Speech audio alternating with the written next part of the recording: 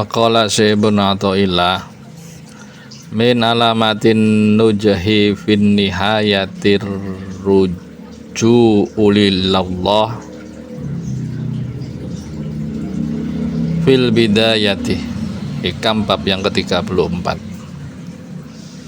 Min alamatin nujahi, suatu tanda akan lulusnya seseorang ya pada akhir perjuangannya, fin nihayatir ruju'u ilallahi fi bidayati, jika selalu tawakal, menyerah diri kepada Allah karena dari awal perjuangan, mulai perjuangannya sampai akhirnya tambah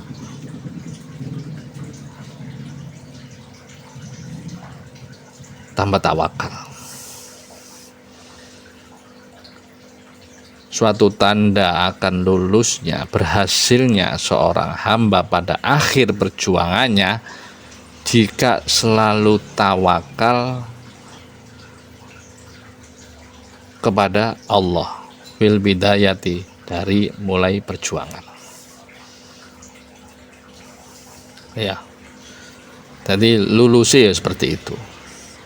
Semakin lama semakin tawakal, semakin tawakal, semakin tawakal, semakin tawakal. Di bab yang ke-34.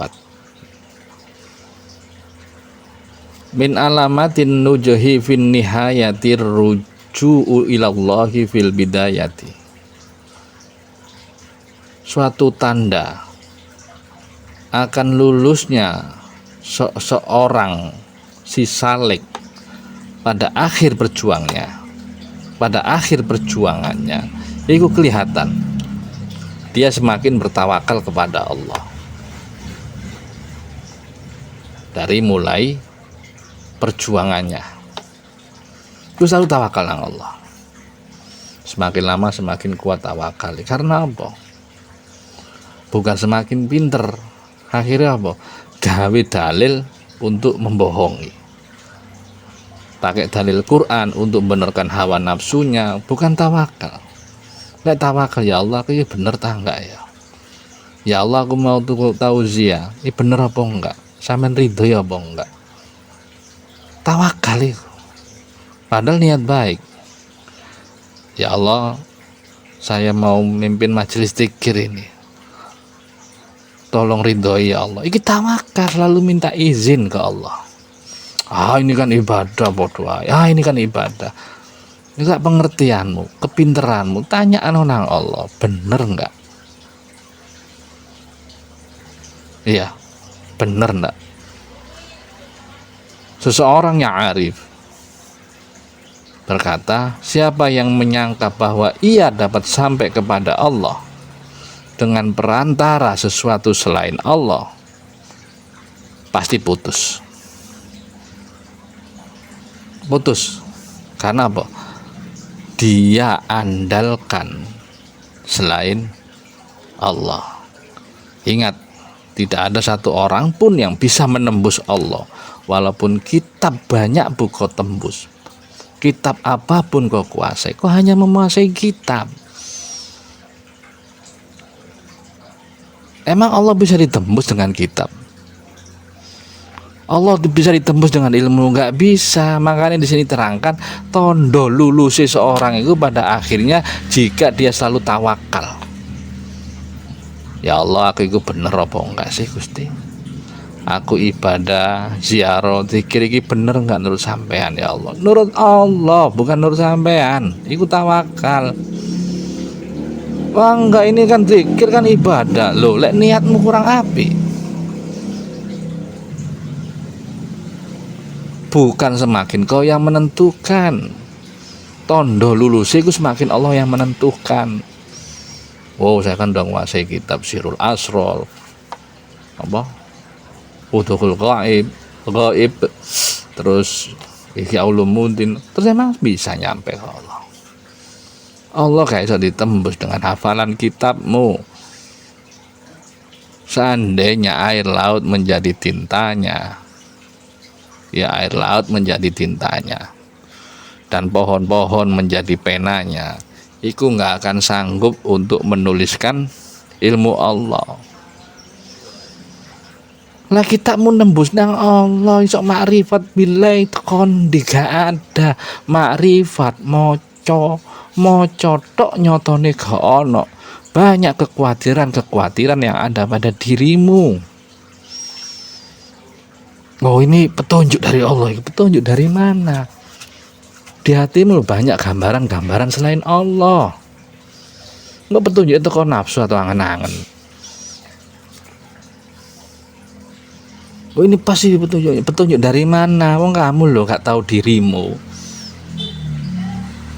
Banyak gambaran-gambaran selain Allah yang menyeriwui hatimu, ngeruweti pikiranmu. Nah, ini dikam yang bab ketiga lo 4 itu tondo lulus seorang hamba pada akhir perjuangannya, ya. Fin nihayati ruju'u ilallahi bil bidayati, jika dia selalu bertawakal kepada Allah. Lagi dikit-dikit, ya Allah, aku lek gak bener sampean tegur, sampean tuntun ke jalan yang lurus, jalan yang kau ridhoi. Ya Allah, saya mau buka usaha, tolong Gusti, lek gak sampean ridhoi, lek gak sampean setujui, hilangkan dia dariku. Oh, gampang iki buka usaha seperti ini terbaca ini. Gak pernah nanya nang Allah. Kemintermu. Ya, kemintermu yang bahaya itu. Makanya seorang arif berkata, siapa yang menyangka bahwa ia akan dapat sampai kepada Allah dengan perantara sesuatu selain Allah, pasti putus. Akhir timbulnya apa? Timbulnya patah hati, timbulnya stres. Dan siapa yang dalam ibadahnya bersandar pada kekuatan dirinya, diserahkan oleh Allah kepada kekuatan dirinya, yakni hanya sampai di situ saja dan tidak dapat menyampai kebahagiaan yang hanya dapat dicapai dengan orang-orang yang tawakal. Maksudnya apa? Isok lah aku seperti ini, gak pernah sandar nang Allah, sandari nang ini kekuatan dirinya, putus. Ya Allah, aku bisa ibadah krono kekuatanmu, saya bisa zikir krono kasih sayangmu, krono rahmatmu, karena disandarkan benar-benar nang Allah. Wa qala Rasulullah sallallahu alaihi wasallam, man ahabba liqa Allahi ahabballahu liqa'ahu wa man kariha liqa Allahi karihallahu liqa'ahu. Man ahabba liqa Allahi ahabballahu liqa'ahu. Siapa yang senang bertemu dengan Allah, senang sekali kepingin bertemu dengan Allah, kepingin berjumpa dengan Allah. Berjumpa Allah nggak harus mati, nunggu mati baru ketemu, enggak. Allah ada dimanapun kita berada. Wa huwa ma'akum aina ma kuntum. Ya. Ahabballahu liqa'ahu. Maka Allah pun senang bertemu dengannya. Kunci ini dari kamu. Man ahabba liqa'ahu Allahu ahabballahu liqa'ahu.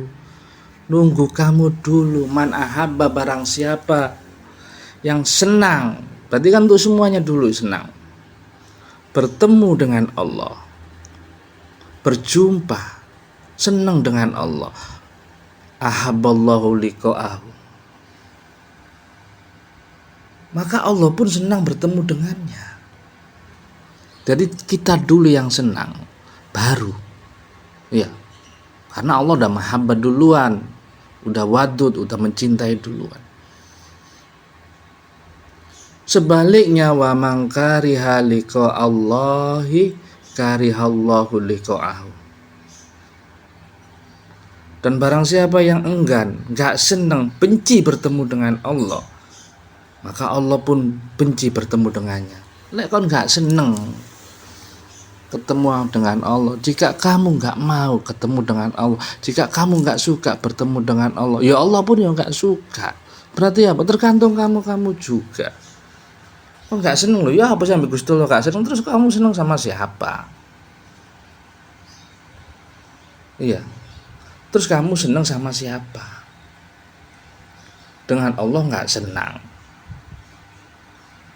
Maka ditanyai dulu, kamu ibadah itu dasarnya apa? Dasarnya seneng karo Allah, dasarnya suka sama Allah, apa dasarnya hanya karena butuh?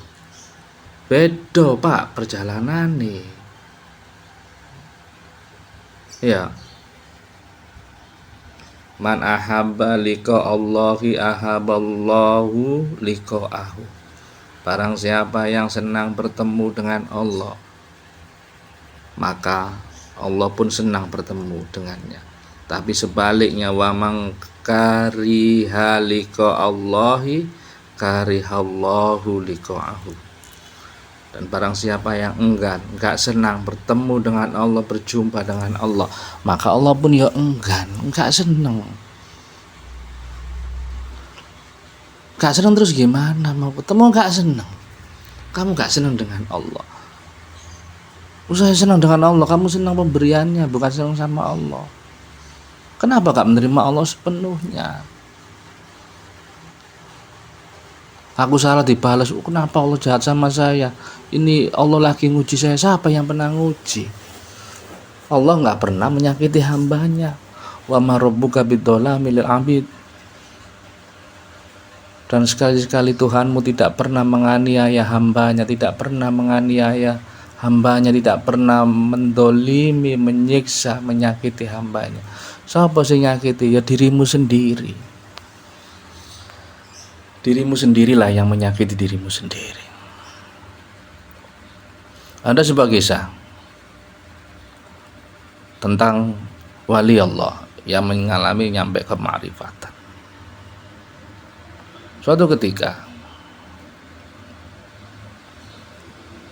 si muridnya nggak percaya dengan mencapai dan bisa berjumpa dengan Allah.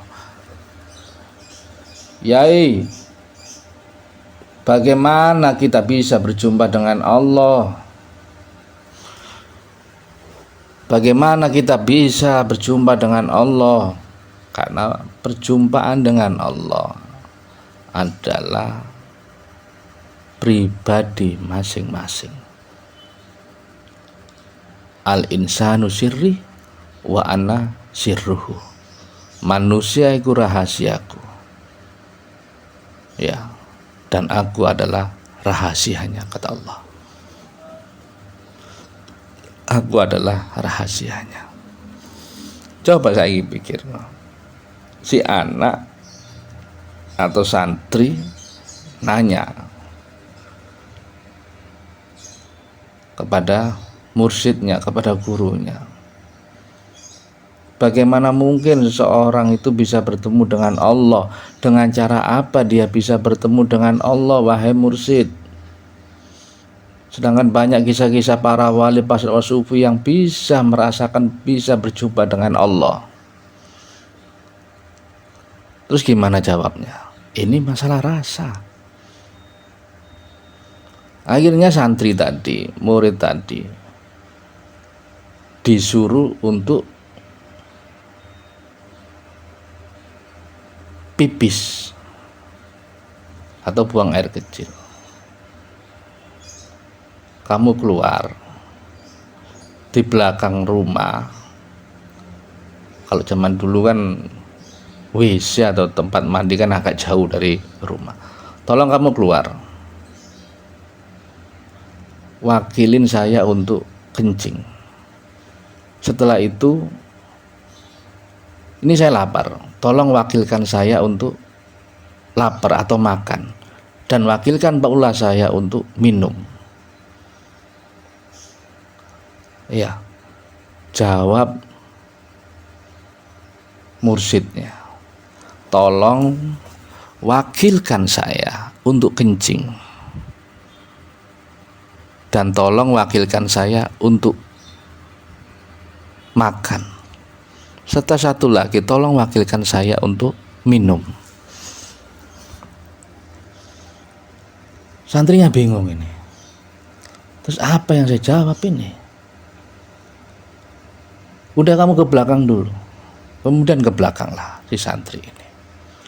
Begitu santri ini ke belakang, ya gak bisa. Akhirnya balik ke dapur. Kan saya udah kenyang, mana bisa makilin guru saya. Minum saya juga gak haus, mana bisa makilin guru saya. Akhirnya kembali. Wahai sang mursyid, mana bisa kencing diwakilin, mana bisa makan diwakilin, dan mana bisa minum diwakilin.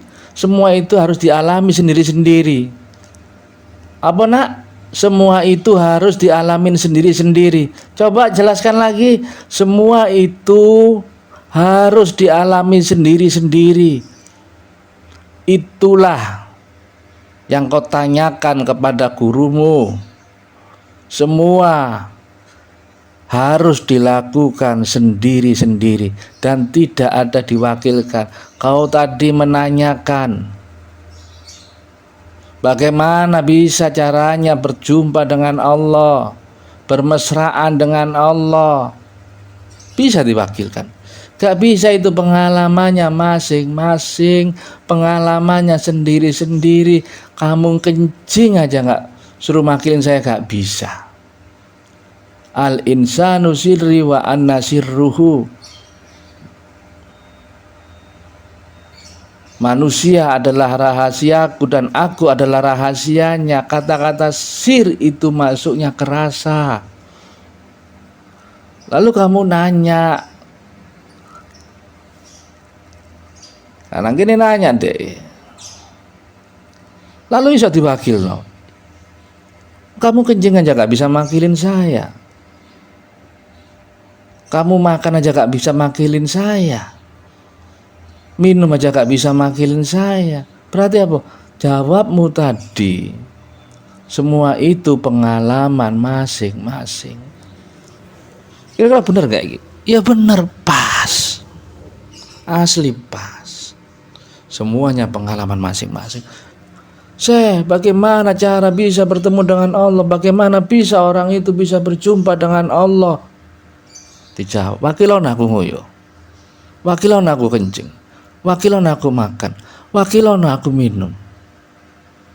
Kemudian ke belakang, tercerahkan deh, mana bisa diwakilin ya? Pipis.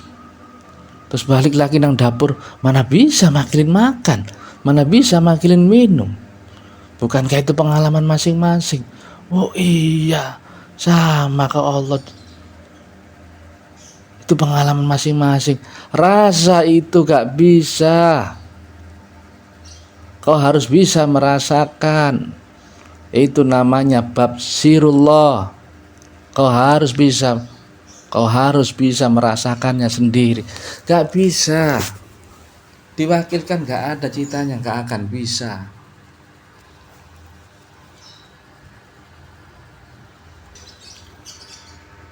Pada suatu ketika, An Abdullah bin Mas'ud radhiyallahu an qala Rasulullah sallallahu alaihi wasallam. Pada suatu ketika Rasulullah SAW bertanya kepada para sahabatnya. Ya, bertanya kepada sahabatnya. Kemudian Rasulullah berkata, maukah kalian aku tunjukkan orang yang haram tersentuh oleh api neraka? Otomatis mereka senang. Orang yang diharamkan kesentuh api neraka. Karena memang patokannya sahabat dari Rasulullah, bukan karepmu dewe. Nggak bisa.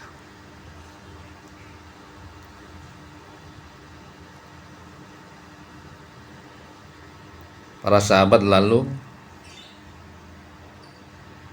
berkata kompak, mau ya Rasulullah,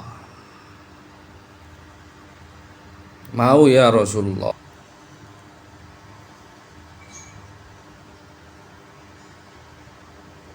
Qala Rasulullah sallam,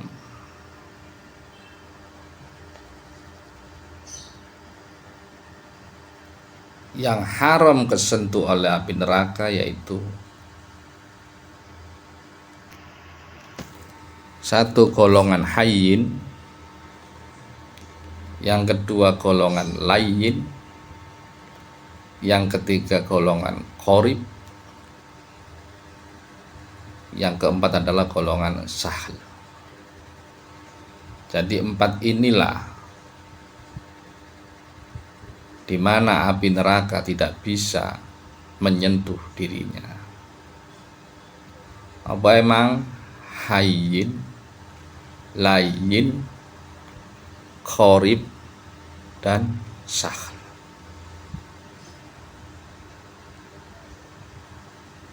Itu nggak kesentuh. Jadi golongan ini mempunyai sifat-sifat seperti itu.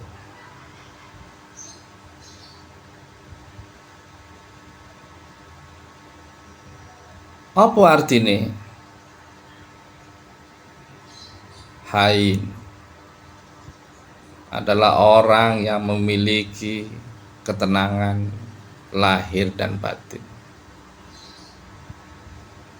Wenang, tenangnya karena mengenal Tuhannya, karena pernah berjumpa dengan Tuhannya, karena yakin dengan Tuhannya. Jadi hayyin itu tenang, ketenangan dohir dan batinnya. Ya ayuhan nafsul mutmainnah. Karena yang dipanggil oleh Allah adalah jiwa-jiwa yang tenang, tenang.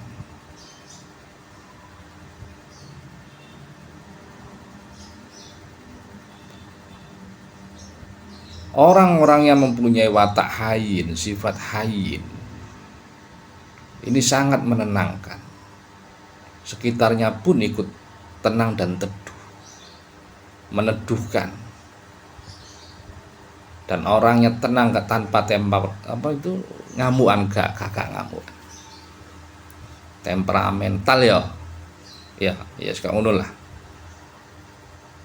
Itu orang yang mempunyai sifat hayyin, dan dia bisa mengontrol pikirannya, dia bisa mengontrol emosinya, dia bisa mengontrol perasaannya. Wow, mau marah, Allah, ingat deh, tahan. Dia punya sifat hayyin, dan ketenangan ini didapatkan karena berdasarkan pengalaman ruhaninya dengan Tuhannya, pengalaman rohaninya dengan Sang Penciptanya, sehingga dia tenang. Dia bisa mengontrol segalanya. Sehebat masalah apapun yang dia hadapi, dia akan tetap tenang. Karena dia bisa mengontrol perasaannya, dia bisa mengontrol pikirannya, dan dia bisa mengontrol cara berpikirnya.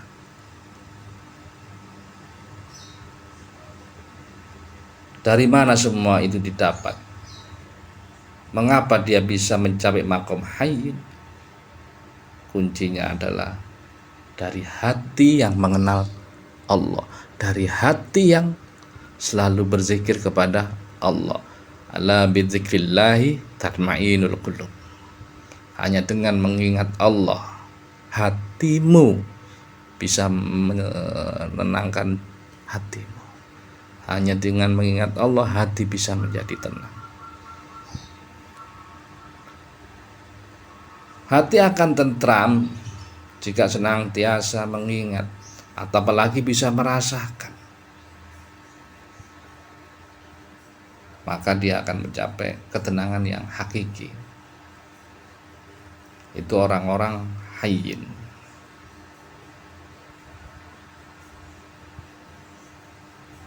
Kalau di Qur'annya kan dijelaskan tuh surat Ar-Ra'd ayat 28 ya. Alladzina amanu wa tatmainul qulubuhum bidzikrillah. Ala bidzikrillahi tatmainul qulub. Wahai orang-orang yang beriman, yaitu orang-orang beriman dan hati mereka menjadi tentram dengan bidzikrillah, mengingat Allah. Ala bi dzikrillahi tatmainul qulub.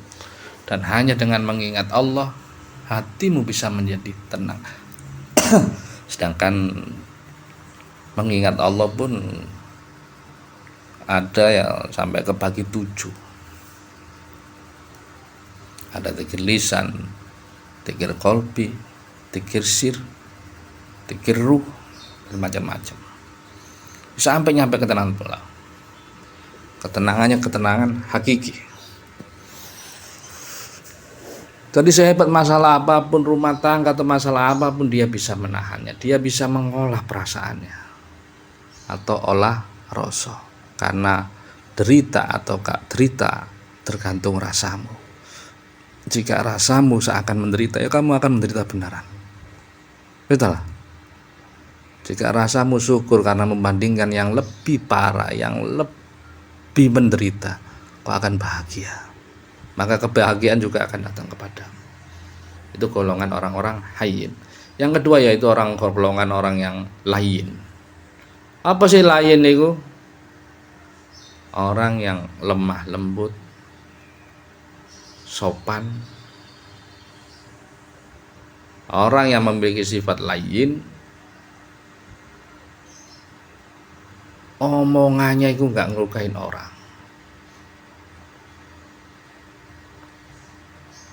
Omongannya nggak pernah menyakiti orang. Makanya dalam hadis diterangkan, tidak termasuk umatku orang-orang yang suka menyakiti hati orang lain. Barang siapa yang beriman kepada Allah dan hari akhir, hendaklah ia berkata baik atau diam.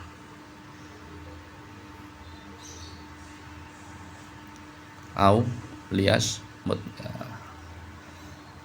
hendaklah dia berkata baik atau diam. Nah, orang-orang lain ini perkataannya walaupun jengkel, dia bisa mengolah kata-katanya. Tetap dia bisa mengolah katanya agar kata-kata buruk bukan yang keluar. Ini golongan orang lain. Orang lain muncul dari sikap rahmatan lil alamin yang ada pada hati seseorang. Contohnya, orang yang memiliki sifat lain adalah Rasulullah.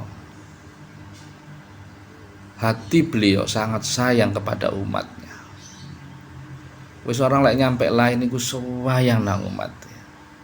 Tidaklah seorang yang mengalami kesempurnaan iman sebelum dia bisa mencintai orang lain sama seperti mencintai dirinya sendiri. Tadi sok ngontrol,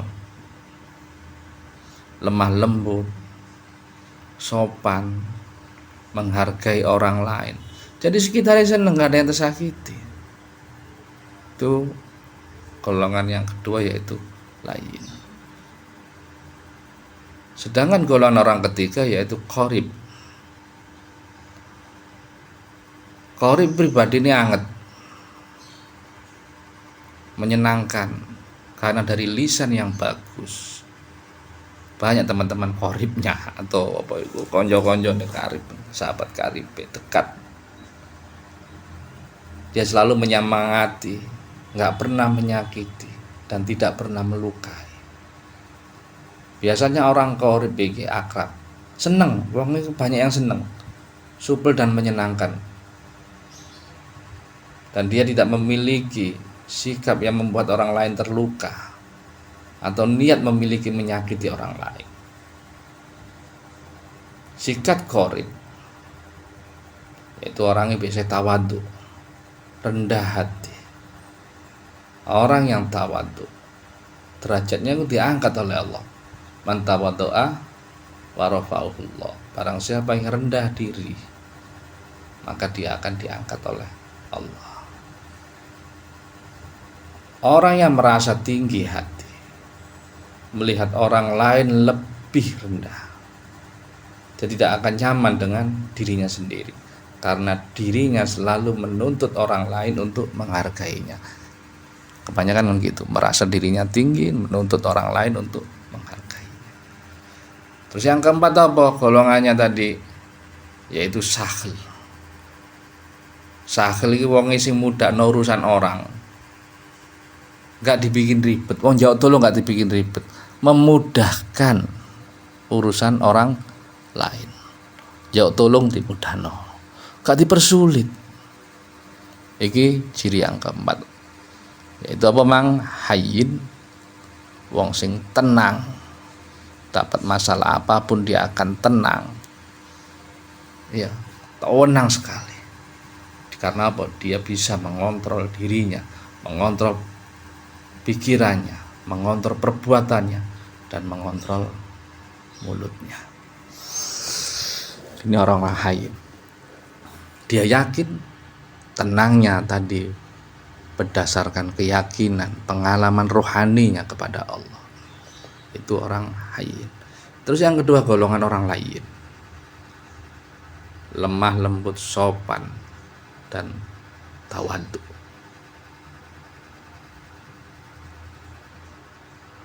Lisannya, perbuatannya tidak pernah menyakiti orang lain. Karena kesopanannya itulah, maka orang-orang sekitarnya memberikan perasaan cinta kepada mereka, dan mereka pun akhirnya sayang. Terus yang ketiga tadi adalah qorib. Qorib itu menyenangkan, orang itu berhangat, nggak ngerendahno, nggak melukai. Dia selalu tawadhu, dan orang sekitarnya pun nyaman bersamanya karena nggak merendahkan. Sebaliknya, orang yang merasa dirinya lebih tinggi, dia akan minta untuk dihormati, minta untuk dihargai, ya, minta untuk dihargai. Itu beda nih. Tapi orang tawadhu enggak apa-apa kan, yang penting kamu sukses, yang penting kamu bahagia. Nah, bedanya jauh. Terus yang keempat yaitu golongan sahl. Sahl itu yang memudahkan urusan orang lain. Dia nggak pernah mempersulit, nggak neko-neko, nggak mempersulit. Orang-orang sahl, golongan orang sahl, golongan orang yang hidupnya nggak pernah ribet, karena dia memudahkan jalan orang lain, memberi pencerahan jalan orang lain, bukan malah membuletkan, meribetkan, menyusahkan orang lain. Maka hidupnya jarang tertimpa susah, dan hidupnya jarang gelap. Dia malah tercerahkan. Karena dia mencerahkan orang lain, maka hidupnya juga tercerahkan. Karena dia memudahkan orang lain, maka hidupnya juga akan dimudahkan. Inilah golongan orang yang sahl. Hayyin, layyin, qorib, dan sahl. Wabillahi taufik wal hidayah. Wassalamualaikum warahmatullahi wabarakatuh. Oke, terima kasih sudah menyaksikan. Semoga bermanfaat bagi kita semua. Dan bagi yang belum subscribe, bisa klik tombol subscribe dan aktifkan lonceng untuk mendapatkan update terbaru. Terima kasih.